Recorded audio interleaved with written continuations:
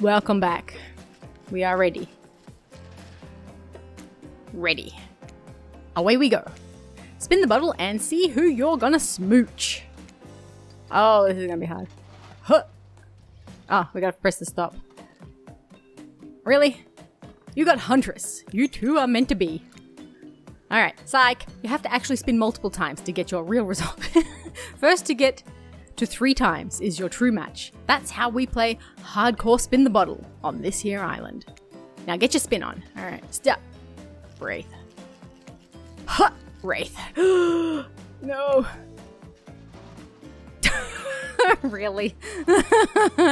Oh, I got an achievement. Oh, just this morning you were waking up on a strange beach, surrounded by strangers with murderous intent.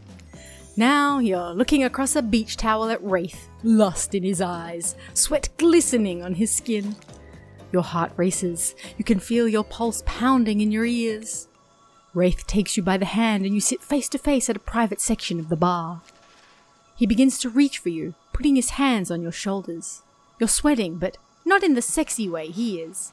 You're sweating in the gross way. You'd sweat at the interview for a job you're not even remotely qualified for.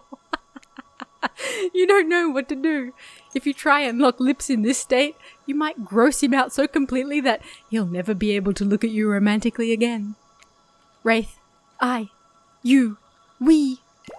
Look, you're great, but also terrifying. Did he just steal your line? I want to be kissed by you, but, well, I'm maybe not even sure how. Is that sad? Great, now, look, I'm sad. Great, now I look sad. Well, if the tropical shorts fit. Wait, what? You make me happy to be around, I think. It's still so new, all of this. We can figure it out together. Really? Really? I'd like to get to know you. And you know, the kissing thing sounds great in theory. It sure doesn't sound, painful. So then for now, Wraith reaches out and gives you a vigorous handshake. Yeah. We're acquaintances, going on friends. Going on lovers? I'm sorry. Ugh. Great handshake, by the way. Really? Truly. I hate to break up such a passionate moment that we can only assume was passionate because we'd never spy on you constantly while you stay on this island. But dinner is being served right away and we must insist that you join us. We wouldn't want anyone dying of starvation when there are so many more interesting things to die from. Indeed. Seems like the next activity is mealtime? How quaint. You were expecting what?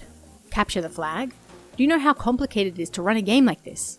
Much more so than sitting and talking. Oh, sorry, like that. You arrive at the cookout area to find an assortment of picnic tables scattered around. What were you expecting? Some kind of grand hall with a huge banquet table.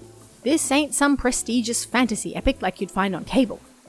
Dwight and Claudette usher you to your seat, but there's very limited seating directly around you. And, oh great, terrific, it seems that everyone wants to sit next to you. Even better is that they don't want to sit next to certain other people either. To start, no one wants to sit next to Trapper. Meanwhile, he refuses to sit next to Wraith or Trickster. Trickster? Where's Trickster? There's my boy. Oh yeah, Trickster is here. Surprised. Yeah, well, they don't call him Expected Star. What?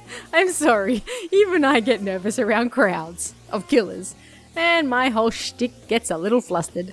Indeed. No, you! Hey there! You're looking good, Tara. Real good. No, you, sir. And we literally can't let Huntress and Trapper sit together. Trickster, though. Look at him. My boy. No, seriously, their arms are too big. They can't fit at the table if they sit side by side. Look at this. We can't even fit everyone on screen at the same time. You probably think it was an error, but it's not. It was completely intentional. Let that be a lesson to you. Every error you think you see is a choice. Got that? Alright, Dwight and Claudette are directing traffic. You sit on one side. The rest of them will sit opposite you. Huntress and Trapper can sit at the ends with their enormous sexy arms. Now that everyone is seated, we can begin dinner. Tonight's meal was prepared slowly and carefully with both love and hate for 12 hours over a spit.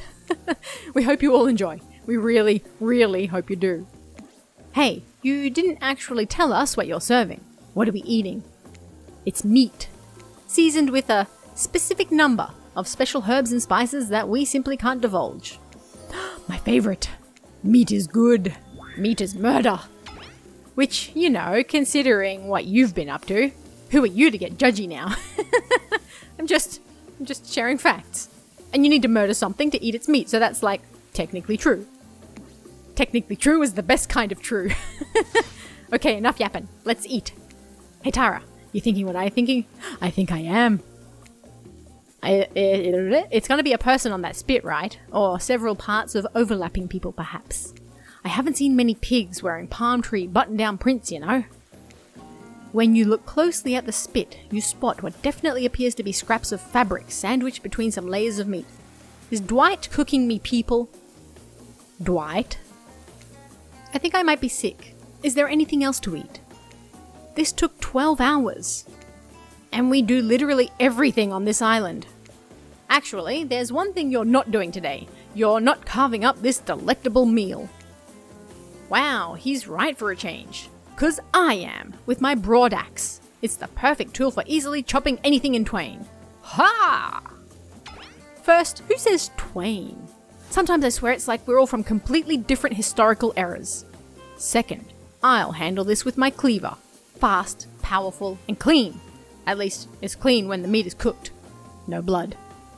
Ugh, you two in your ridiculous bicep swinging contest. Enough! Grow up! Ma'am, obviously, my gorgeous katana is the only option. Obs. The hell it is. Oh, I'll show you both my katana and send you to actual hell if you'd like. Please stop. Please. I hate it when we fight. Or talk. Or even when we look at each other in the eye. I can do it. I have the skull of Azarov. I hope I pronounced that right. Great. Instead of slicing it up, you can club it a second death. Hey Tara, I know this isn't what you want to eat, but better hurry up and volunteer to carve up Felix. Not Felix! I mean, no, not Felix. He did nothing wrong. Otherwise, this will go on for hours. No hyperbole. They once argued over who had the most effective weapons for 72 hours straight. And it doesn't matter which one does it. When they're done, they will take even longer cleaning their weapon, all while explaining the value in maintaining your tools. Despite being a bunch of cold-blooded killers, for some reason they're always terrified of tetanus. I mean, I would be too. Hey, why don't you just let me carve up dinner? Splendid idea. We'd hate for it to go cold. Did you cook Felix? You monsters. He hated when it got cold. Here's a machete, freshly sharpened. Thanks. Minigame. Alright. To achieve a perfect success, land in the target area. Alright. Let's play. Alright, here we go. Slicey dicey. Oh! Perfect. Oh, nice. Ha! Ha! Perfect. Yeah, boy!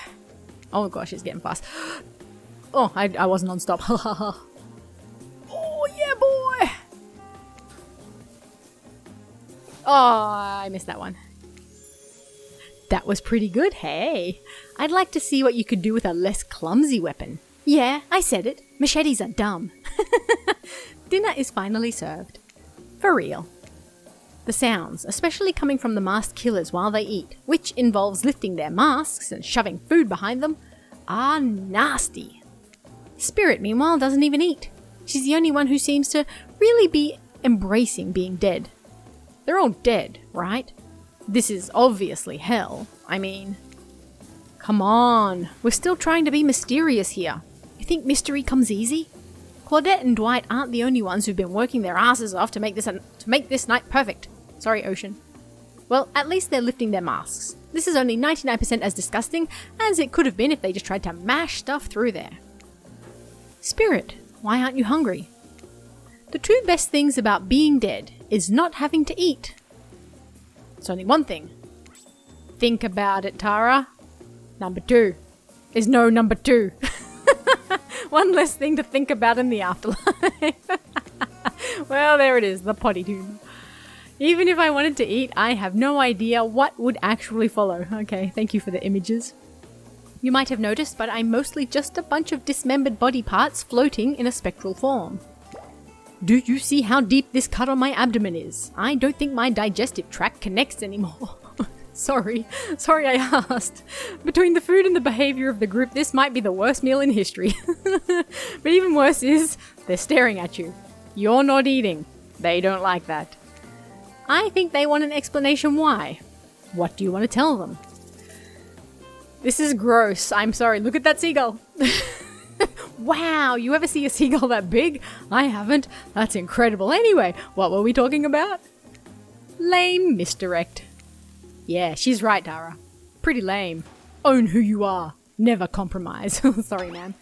Didn't you wash up on this island with no memory of who you are and how you got here? Yes, you did. Poor thing. You have no idea the last time you ate a real meal, and you've been standing in the sun. But the seagull. Uh-oh, he just made a lot of good points. I swear. You're beginning to feel lightheaded. Oh no, it waved at me. Maybe you need to eat to survive here. Oh, sorry, Felix. Either that or someone poisoned you. No, wait. You haven't eaten, so you can't be poisoned. Whatever the answer, you're clearly about to pass out. Oh, hey! It's me again. Your friend, mentor, and guide. Narrator to the narrator. The ocean. Not sure how I feel about that characterization, but I'll allow it. I brought you here, and I might be the only one who can help you now. There's only one thing you must do to survive. You have to figure out why you're really here. No one can tell you, not unless you follow the right path, or at least a right path. There's too many of those to count. Hopefully, you pick at least one of them. Because there are even more wrong paths. Many of them lead to your demise. Others lead to something even worse. Starting scenes over and having to fast forward back to where you were, am I right? For this place holds many secrets, even from itself. But the one that truly matters can only be learned if you answer the most important question. Why are you here? Why are you here? Answer that, and you'll learn the truth. The ultimate truth. Vague. Mysterious. I gotta give it to this ocean character. That's some quality early game storytelling. Hold on, I'm back. One more piece of advice. You've made many choices by now. Some of them I liked. Some of them I did not. It's in your best interest to make more choices that I like. Okay. You wake up to find Spirit holding your limp body, gingerly pouring cool water into your mouth. Don't you just love the ocean at night? I do. Ooh. Staring out over the vast darkness of the ocean really validates the feelings inside me that we're all truly insignificant and the only thing worth pursuing is revenge. Indeed. I have to wonder, how could anyone believe anything else? You look out into the darkness of night and ponder her question. Well, it's a simple question. How could they? How could anyone not feel small and alone in the face of such massive nothingness? You've always been alone. You found someone special. Maybe it's Spirit's words, maybe it's the ocean, or maybe it has always been this way. But you suddenly feel connected to Spirit's words. I may not remember much about my life before, but there's one thing I know to be true. I've always been alone. And I always will be alone. Spirit has turned from looking at the ocean and is looking directly at you now. It's a funny idea, isn't it? Being alone. Together? It's the best we can hope for. Maybe. Or maybe it's too much to hope for. Maybe it's impossible. To pretend we know anything. Is that just arrogance? Ugh, I was so dumb. So busy trying to please everyone and be the perfect student, the perfect employee, the perfect daughter, I didn't take care of myself. And now, I'm all I've got. Worst of all, I got distracted from my true purpose, my destiny, the purpose that was sitting inside me my whole life. Okay, so this might sound a bit silly, but Spirit looks around to see if there's anyone else on the beach. When she's convinced that it's only you two, she continues. There's a dragon that lives inside me. I've always known, but I've tried to ignore it. When I couldn't ignore it, I tried to push it down. I'm so stupid. You're not stupid. That sounds badass. Right? But I didn't let it out, and then, chop chop. And now that dragon is pretty much a one-track revenge beast. But enough about me. What's inside you, stranger? Nothing but darkness. I'd kill to have a dragon. Maybe not the best choice of words. I mean, a dragon sounds awesome. Honestly though, I don't feel like I've got anything inside me at all. Just darkness. Never-ending darkness. And here I thought Spirit was the biggest goth on the island until you arrived. Oh, she liked that. Perhaps I could light a torch and search through that darkness. Oh my, this is getting kinky. Just as things are really heating up, you hear a flurry of footsteps behind you, and you quickly spin around, ready to fend off whatever new danger has popped up on this strange island. Oh, it's Dwight. Only to find that it's Dwight and Claudette sprinting across the beach, clipboards in hand which they're waving in the air above their heads. It's very important that we stick to the itinerary and attend each event as scheduled. Playing sick for cute flirt points was not a part of this evening's activities. That's strictly slotted in for after Campfire Storytime. At this rate, we'll be late. Playing sick? No, no time for excuses. Well, there is, but that's scheduled for after what comes after the flirting. Go, go, go, go. Nice. Once everyone has gathered at the fire pit, Dwight and Claudette quickly make an announcement. We're not going to blame anyone in particular, but someone, and we're not going to say who, so don't worry, you, hasn't been sticking to the schedule. That means we're behind on time for evening activities. And we'll only have time for one person to share their special spooky nighttime story. Aww, just one story, but Storytime is my favorite activity. This is a narrative-heavy experience. You're telling us that only one person gets to share. How will we decide who? Oh great, we have to decide as a group? That never goes well. Whoever did this, step up now. I swear I won't be angry. I'll merely chop your head clean off. No fuss, no muss. Voice trembling, you realize this is probably it for you, but you embrace your fate. Sorry everyone, I think they're talking about me. To be honest, I still don't understand how this whole schedule thing works. I guess I lost track of time, while I was passed out. Been there before. Even though it's taking some pressure off of me, which is an absolute dream come true, is it really fair to pick on the newbie? Seriously, has anything here ever happened on schedule? Even once? Damn it, Donald. If you're trying to flex that authority gimmick one more time, so help me, I'll snap your head off so quick, and then I'll drown you in his blood, Cynthia. Fuss and muss are back on. You two know I love to hack, slash, and slice. We all know you love to kill. It's almost all you talk about. Nobody named any names. Who even knows any names? Not us. I renounce my name. Who's Donald? Who's Dwight? Who even knows anymore? Call me nobody. But we still gotta get started on Storytime. They changed his name to Nobody. Tara, who do you think should go? Ah, damn it, that's a name. Please pick somebody quickly so that this tropical vacation doesn't turn into a bloodbath. I mean, Spirit, obviously. I choose you, Spirit. Spirit, I choose you. Whoa, whoa. This entire experience is being carefully crafted to avoid an IP infringement lawsuit. Let's be careful with the catchphrases, will ya? Really? You want to hear from me? Spirit huffs and dramatically rolls her eyes as she gets to her feet in front of the campfire. Don't let her talk you out of it. She's great with ghost stories. I don't know where she gets it, but she comes up with the scariest stuff. Seriously disturbing, even to me. And I literally pulled a guy's skull and spine out once with my bare hands. Bro. Talk about bullshit stories. If everyone else is going to chit-chat, I guess I can just sit down and... Huntress's eyes go red behind her mask and both Trapper and Wraith take their seat. They know when it's worth fighting and when it's not. Ahem. Well, I hate to break it to you, but tonight's story isn't scary. It's a romance. Too late now though. I was selected, and so I'm going to tell my story. I call it The Prisoner's Kiss. You notice that Huntress and Wraith are both sharing a giant tub of popcorn. Nobody offered you popcorn. It was my popcorn. It was a dark summer night. Warm rain seeped from the sky like blood from an old wound. Detective Hodder, a celebrated investigator and renowned hostage negotiator, was called to the scene of a strange occurrence, unlike anything she had ever seen before. When she arrived, the scene was chaotic. Crowds had begun to gather. A dozen other officers were doing everything they could to keep curious onlookers away, but how could anyone resist wanting to know more? For there, in the middle of a busy market, had appeared a giant box. Strange, alien in its appearance, and massive in size. No one knew how it got there. Was it delivered? Built on site?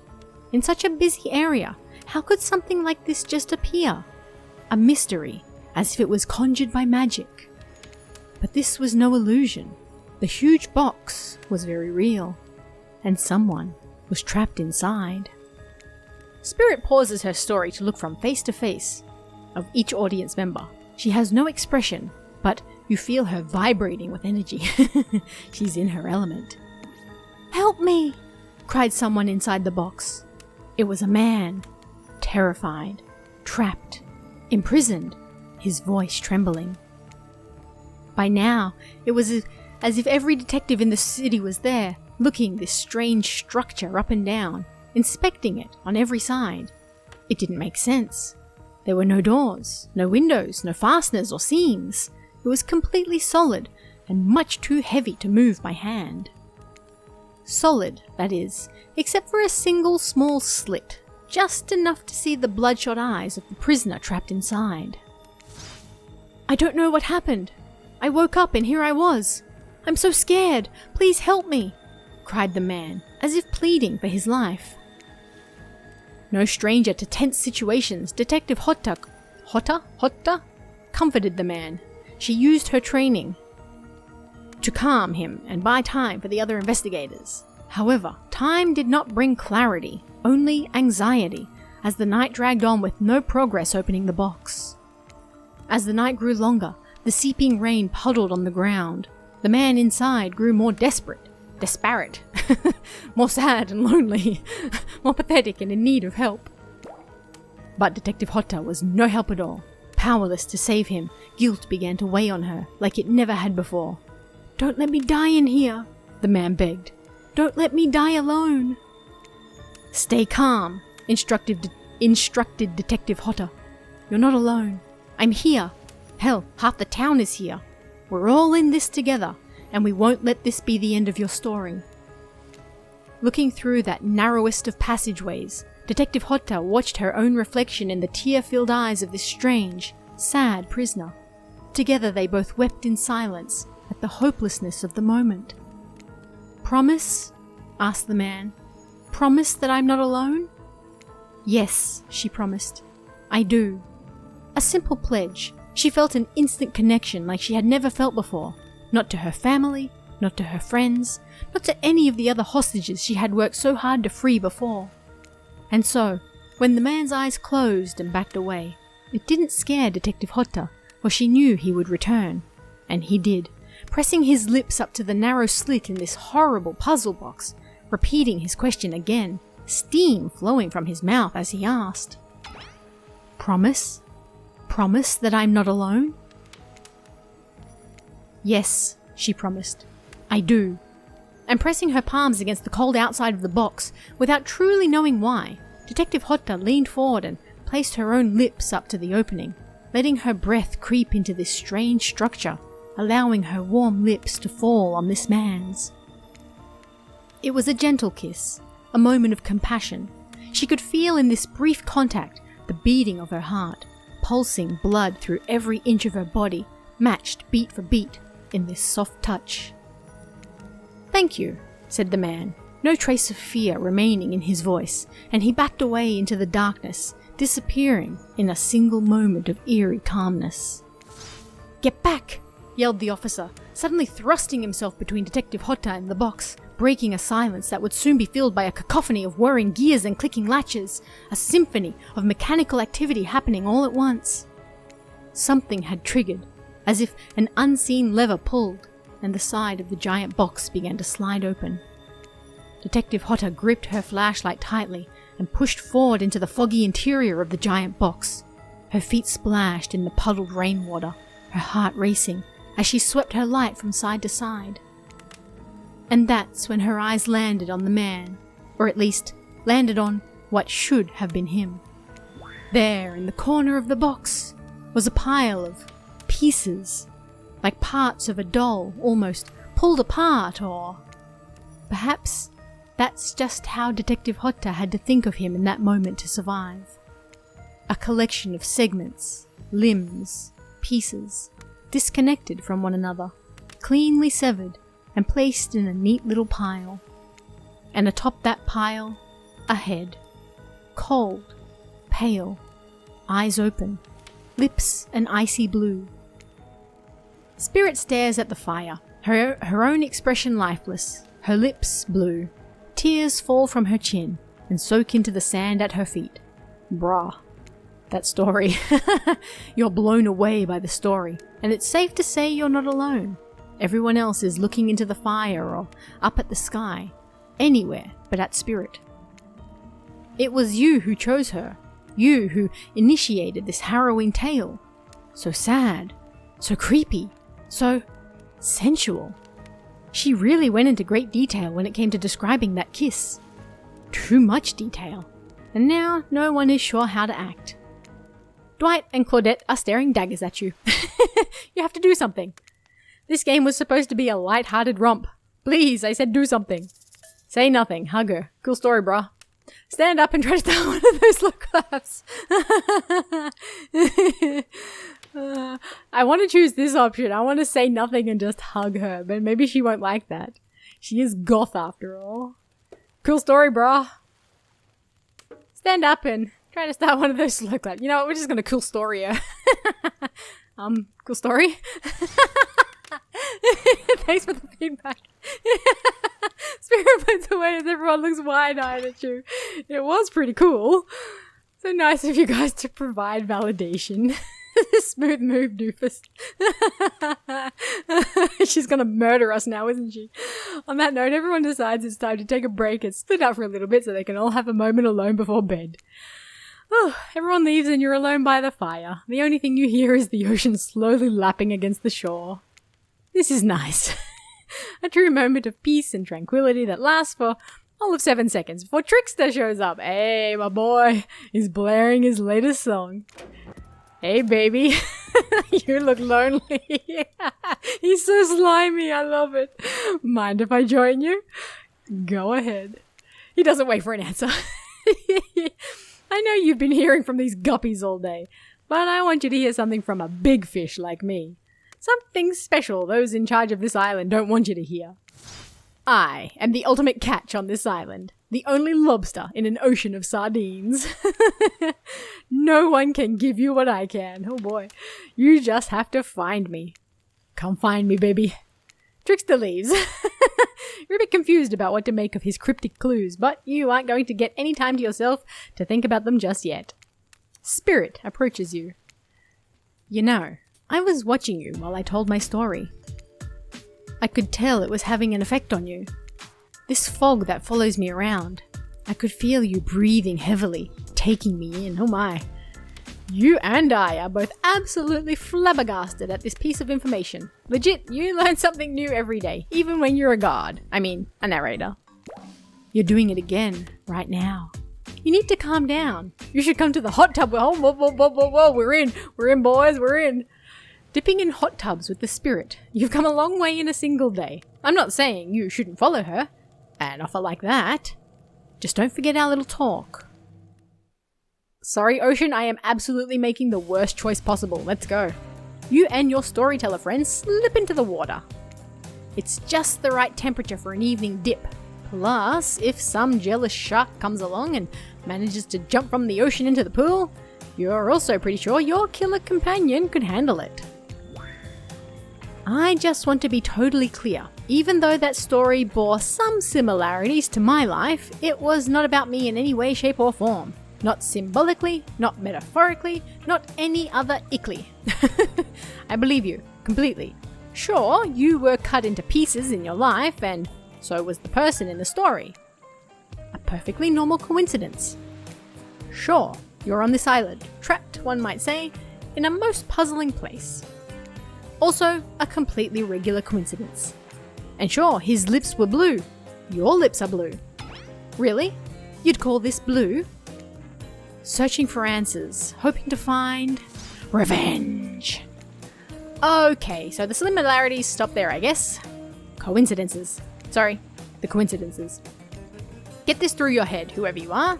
Samurai blood runs through my veins. Or, well, maybe it has coagulated by now. No need to sweat the details. Regardless, I'm a descendant of noble warriors. Thousands of years of training with bladed weapons preceded my entrance into this world. Do you know how many swords that is? A lot. You've got to figure that with that many sharp edges, a person is bound to get disconnected from a body part here and there. Indeed. The truth is, and I wouldn't typically share this, so don't go blabbing about it, I dreamt that story, like watching a movie in my sleep, when I was just a little girl, years before my father sunk his blade into my skin. I've never been able to shake it. That's a very adult story for a child to dream. Do you believe me? Who cares? Who says I believe in anything? And for that matter, who even cares what I think? Our beliefs are our business, no one else's. Well, I'll be. That's a strong take. You've got to cultivate your own garden. I just admire you, Tara. Why, thank you. You're not offering up your thoughts or opinions simply to feed the curiosity of others, like some of the more desperate residents of our little paradise. Good for you, I say. Now, you've got me wondering, do I believe you, if you believe her or not? And if I know everything, because trust me, I do know everything, don't I already know the answer to my own question if I believe your answer to Spirit's question? Yes. Whoa. Ocean air got me tripping. Sorry, I didn't mean to distract us both. What's important is that a certain corpsey cutie floating in a cloud of magical mist might still be waiting for you to say the right thing and free her from the puzzle box. If you believe that she is the... Damn it, got me going again. Unfortunately, before you can follow this conundrum to what will surely be a mind-numbing cycle of new questions, you find a certain to someone standing before you with a fresh towel ready to dry you off. How dare they?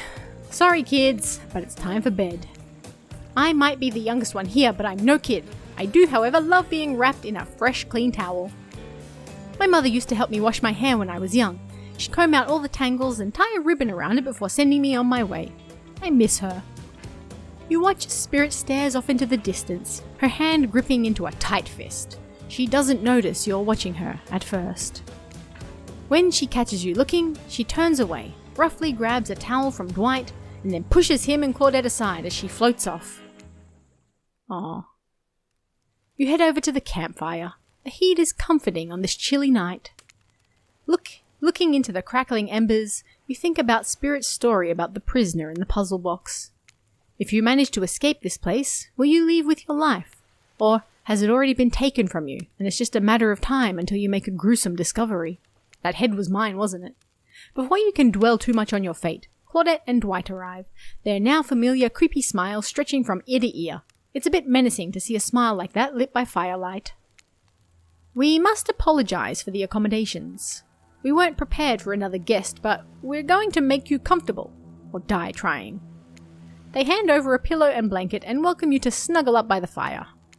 Perhaps some music will put you at ease. Just try to keep the volume to a minimum. Our other guests aren't the types you'll want to rob of their beauty sleep. Ready. Away we go. As you relax and look into the fire, the radio begins to fuzz and flicker. You examine it and decide that you might adjust the dial to fix it. Oh boy. We want to stop it on a low number, yeah? Does it matter?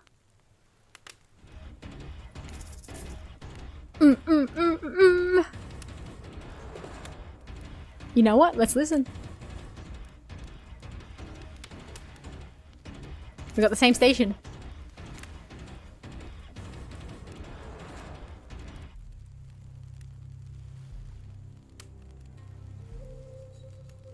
Ooh. I like this one. Alright, anyway. No matter how many things you can listen to, you still can't sleep. You decide to ask one of the killers to spend a little more time with you until you're sleepier. Who would you like to summon to your side? I mean, obviously.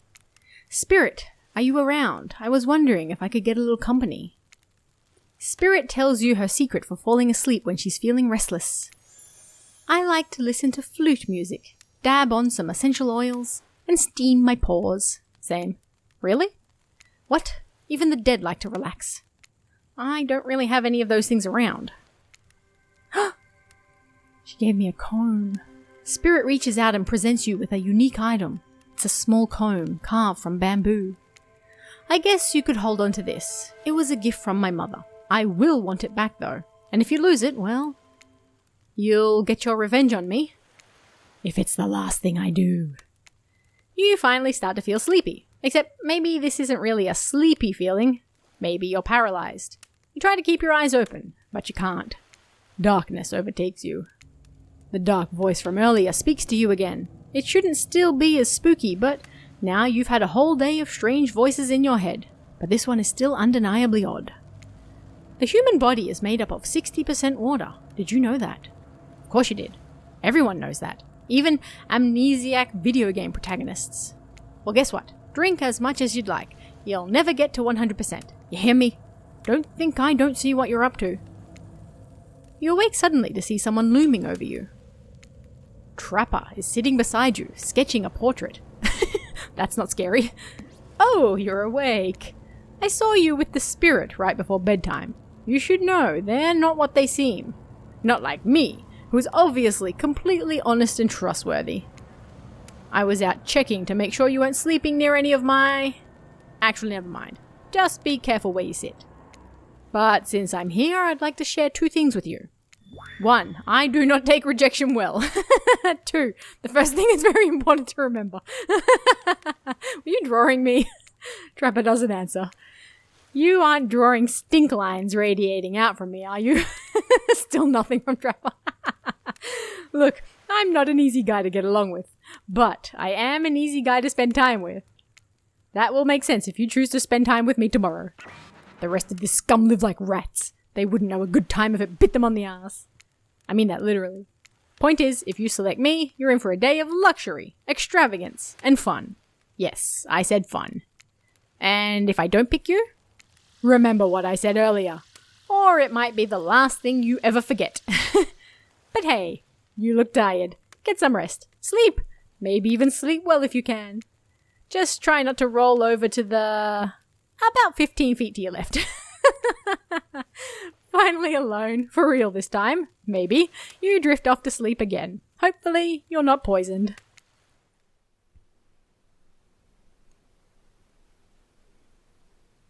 Can I save this? Yes, we can. Alright, we're going to end this here. Because this seems like a very good place to end. I have no idea what's going on, but we're getting places with Spirit. We're getting there. We're getting there. I would assume the ending is not too far away at this point. Hopefully she cannot painfully murder us. But who knows. Anyway, I hope you guys enjoyed this one, and I'll see you again next time. See ya.